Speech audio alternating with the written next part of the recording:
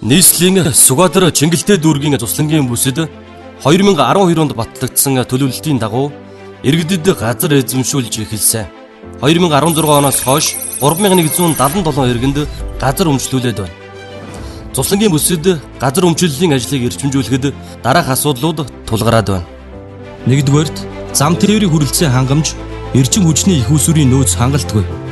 Хоёрдугаарт суурьшилтэй холбоотойгоор хөрөлбөмбөгийн орчинд ус хөрсний бохирдол ихээр нэмэгдсэн. Гуравдугаарт зөвшөөрөлгүй газар ашиглалтаас үүдэлтэй үер ус, гал төмрийн эрсдэл нэмэгдэх, ногоон бүслэх, нэвтрэх, орц, гарц багассан. Дөрөвдүгээрт иргэд эзэмшиж буй газраа өмчлөх, үйл хөдлөх хөрөнгийн өмчлөх эрхийн гэрчилгээ авахд ойн сан болон голын хориглолт хамгаалтын бүсэд өртсөн зэрэг олон хүндрэлүүд бий болж байна. Иймээс иргэдийн эрүүл аюулгүй, ая тухтай орчинд амьдрах нөхцөлийг бүрдүүлэх, газар өмчлөлийн ажлыг эрчимжүүлэх, хот байгуулалтын бодлогыг хэрэгжүүлэхээр нийслэлийн хот байгуулалт хөгжлийн газартай хамтран Цуслангийн 26 амны ерөнхий төлөвлөгөөний тодтголын ажлыг хийж эхлүүлээд байна.